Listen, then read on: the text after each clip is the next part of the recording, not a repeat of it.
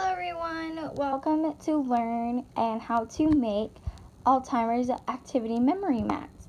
Here is a picture of one that I did not make, but a lady who inspired me to do these mats did. So the purpose of these mats are to stimulate and help soothe these Alzheimer's patients with dementia and other people who recover from strokes. And they have a wide variety of how these mats can help, such as there's pockets and little toys, and people with Alzheimer's and other forms of memory loss also help them stimulate the brain and get that brain working to help recover that brain. And some of the things that I enjoyed making was customizing. I love customizing things and to make it your own thing. So you are more than welcome, and I really encourage you, everyone, to customize the whole mat. But there are some standard things you need to have on this mat. I will say in the next page. So before we get to the how to do it, there are some other things I have to tell you. So these mats provide aid to the caregivers and help them calm and entertain the users, the busy-bodied patients, the residents. It's also helpful to them if they're very agitated or anything, so it calms them down and helps them, gets their mind off of things of what's going on. I've seen it happen, and it's such a delight on everyone's face. I think it's the best thing that ever happened to them. It's like Christmas to them. It's like Christmas time for a little kid. You get that happy-go-lucky feeling. That's what they get. So, how to make a mat. Step 1. First, you will need basic stuff like a sewing machine that has a straight and zigzag stitching, bobby pin, and appropriate foot. You need decorative stitching and an automatic buttonhole, but those are very nice to have but not required. I highly recommend it, and if you know someone who knows how to do buttonholes, let them do it because they know how to do it easier. Have all the basic tools that it says here in the instructions. Please make sure that all the items or the supplies that you do use is machine washable, and they are also durable and non-breakable and are non-sharp. Reason they need to be non-sharp and not breakable and very durable is because it's like a child playing with something very rough. They can break stuff, tear stuff up, and hopefully don't choke on it. And sharp edges, they have very thin skin, so that it can be cut at any time. Please make sure everything is also machine washable. So step 1 of how to make a mat. Please make sure your stiff stapler is 12 inches and 12 by 17 inches. And I have one right here. This one is not exactly made right because I had this as excess. I'm very sorry I couldn't show you guys this. I'm very sorry for that. So you're going to make sure you line it up, and then you're going to make sure it's even and measured and have it all. And make sure I have the front, this blue part is the front of my mat, and the yellow is my back of my mat. And so please make sure that is all lined up and cut appropriately. And what you're going to do is you're going to take your stiff stabilizer, and you're going to pin it all 3 layers. Because if you don't, your mat is not going to turn out correctly. And as soon as you sew along the edges, you are going to iron the stabilizer because that's going to settle down and it's going to stick together.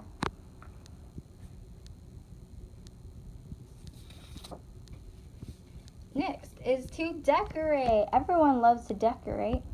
So I have put here a colorful zipper so they can have any colors on there. They love color. Color is a wonderful thing in life.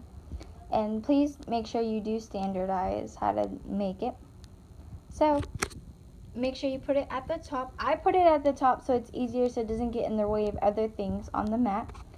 But do pin it. Always pin your things in place because they could move while sewing or transferring stuff to other places, and move and sew it along the edges. So here I have an example for y'all. So here's my zipper. I don't have them sewed down because this is an extra one that I'm teaching someone else how to do. So my zipper is here, and then I have my rick rack and I call my pom-pom ball because I had other people help me make them. And then we'll get to other things here, but this is the pocket with the puppet, or the finger puppet, or the little animal that goes in the pocket. So we'll get to, I'll teach you guys how to do all of this on your own mat. Let's get back to the instructions. So you're all gonna learn how to do this, and make sure you make everything colorful because color might not be everything, but we always want to make sure it's fun-filled. And you're probably wondering, what did I put on the back of this mat? And I put cherries on the back of this one. And so everyone can be pretty much customized the way you want it, but please make sure you always have a fun color on the back of it and a blue or whatever standard color. Do not put like crazy on both sides because that can, if it's too busy, it can make their mind go really crazy, and it's not good. So make sure you have like a standard color, like a soft tone color. That's why I did a soft blue with a fun-filled color on the back. Our next step is to do rickrack. So you're gonna have like any color or ribbon, because I did ribbon and rickrack. So here is your instructions to place it on the mat, pin it, always pin. Pin is gonna be your best friend on this, and it might get irritating, but that's okay. So then tuck it under. So here I did not sew it because, as I said before, I'm teaching someone how to do it. So I would place one here and tie ribbon so the pet doesn't get lost. And then I have my fun-filled stuff to play with, like it's like texture and that fun stuff. Then I have my pom-pom that is attached to ribbon, which is going to be sewed down to here. And I'm going to sew it under, so it's going to be like this. Like that on both sides. So make sure it is about, they say 12 inches to 18 inches. I would do those for the long ones if you're going to do it like all the way across. But some of them I did it all the way across, and then some I did little ones like 1, 2, 3 across. Next one is to make a textured pocket. That is this pocket right here. I did a like furry type. It doesn't come off. I've washed them before I sewed them on. And then on the back of it, my mom had extra material, and so we just used the baby stuff that she had, or any fun-filled things. So do make sure, if your parents have any type of extra fabric or anything, please make sure you can use that because it saves a lot of money while doing it. So make sure for your pocket that you have like a fuzzy side, and then you can have like a kind of not so fuzzy but still soft for the pocket. Make sure it's 2 fuzzy squares about 7 inches on the long way, and then for 7 inches this way and 7 inches this way. Sew them together along the edges.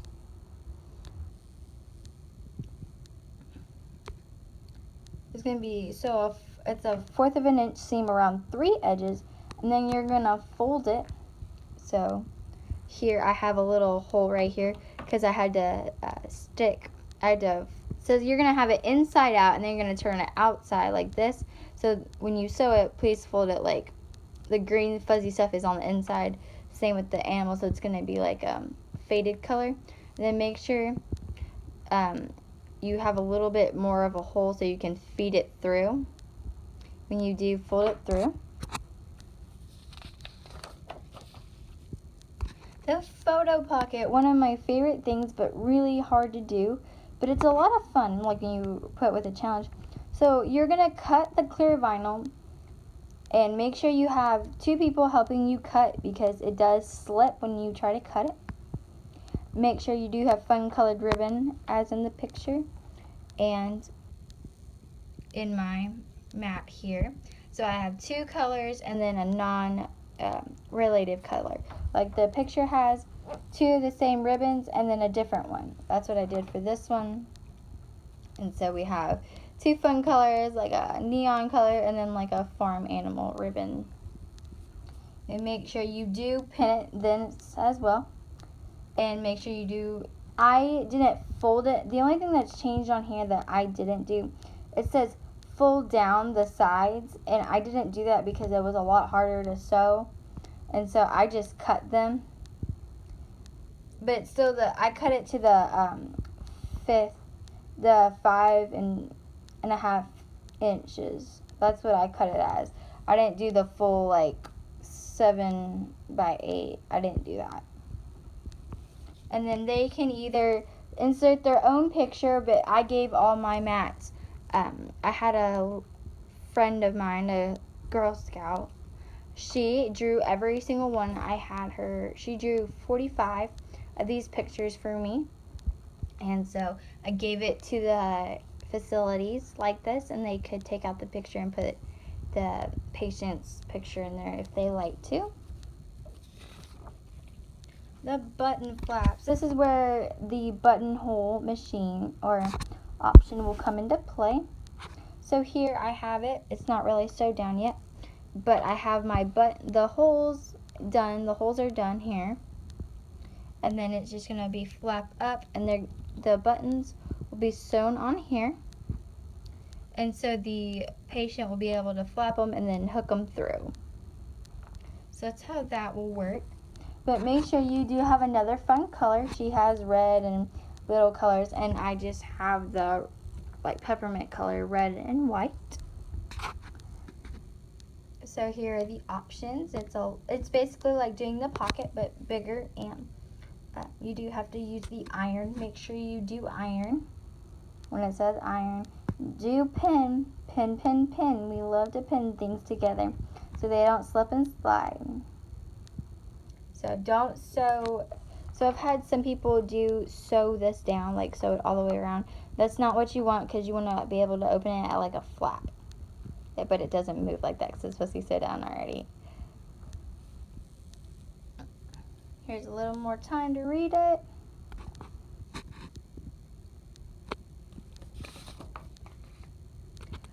Attach items. Yay! This is where the customize gets really fun. I think it's one of my favorite parts is adding on like clip-on items and other things. I personally did not do the squeaker toys because I didn't want them to like rip it off and then like start playing with it. So I got my little fun table over here, and I have my buttons and my pom-poms and my rickrack and my foam thing so they can't like bite into them.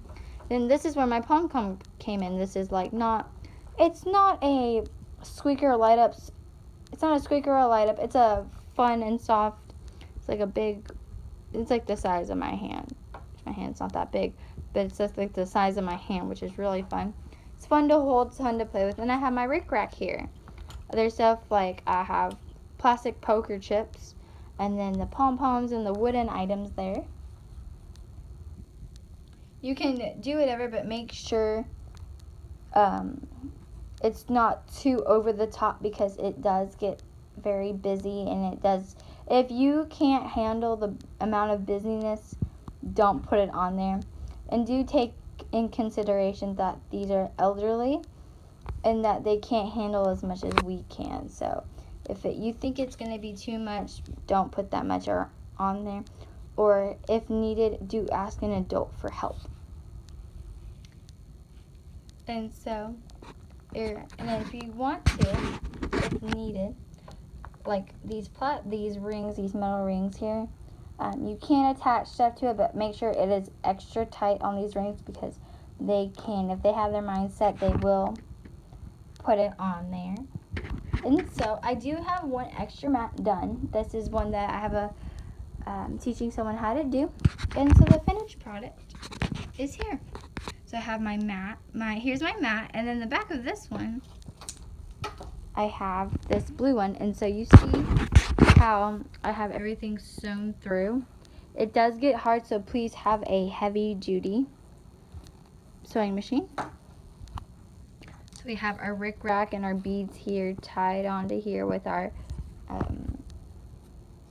very sewed on rickrack. And so you have your ribbon here. And then we have our little penguin guy, Mr. Penguin. Then we have our baby fun-filled fabric with our pockets. And then we have our little picture. Same thing here. We have our 2 ribbons and then our 1 fun-filled. Make sure, I always try to make sure it goes with it, like the pink and the pink, so it looks together. Then we